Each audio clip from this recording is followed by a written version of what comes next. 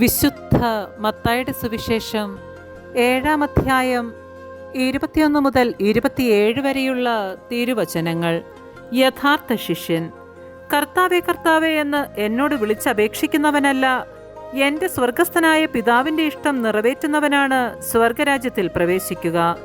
അന്ന് പലരും എന്നോട് ചോദിക്കും, കർത്താവേ കർത്താവേ, ഞങ്ങൾ നിന്റെ നാമത്തിൽ പ്രവചിക്കുകയും നിന്റെ നാമത്തിൽ പിശാചുക്കളെ പുറത്താക്കുകയും നിന്റെ നാമത്തിൽ നിരവധി അത്ഭുതങ്ങൾ പ്രവർത്തിക്കുകയും ചെയ്തില്ലേ? അപ്പോൾ ഞാൻ അവരോട് പറയും, നിങ്ങളെ ഞാൻ ഒരിക്കലും അറിഞ്ഞിട്ടില്ല. അനീതി പ്രവർത്തിക്കുന്നവരെ, നിങ്ങൾ എന്നിൽ നിന്ന് അകന്നു പോകുവിൻ. എൻ്റെ ഈ വചനങ്ങൾ ശ്രവിക്കുകയും അവ അനുസരിക്കുകയും ചെയ്യുന്നവൻ പാറമേൽ ഭവനം പണിത വിവേകമതിയായ മനുഷ്യന് തുല്യനായിരിക്കും. മഴ പെയ്തു, വെള്ളപ്പൊക്കമുണ്ടായി, കാറ്റൂതി, അത് ഭവനത്തിന്മേൽ ആഞ്ഞടിച്ചു, എങ്കിലും അത് വീണില്ല.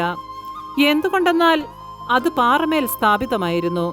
എൻ്റെ ഈ വചനങ്ങൾ കേൾക്കുകയും എന്നാൽ അത് അനുസരിക്കാതിരിക്കുകയും ചെയ്യുന്നവൻ മണൽപ്പുറത്ത് ഭവനം പണിത ഭോഷന് തുല്യനായിരിക്കും. മഴ പെയ്തു, വെള്ളപ്പൊക്കമുണ്ടായി, കാറ്റൂതി, അത് ഭവനത്തിന്മേൽ ആഞ്ഞടിച്ചു, അത് വീണുപോയി. അതിൻ്റെ വീഴ്ച വലുതായിരുന്നു. നമ്മുടെ കർത്താവായ മിശിഹായ്ക്ക് സ്തുതി.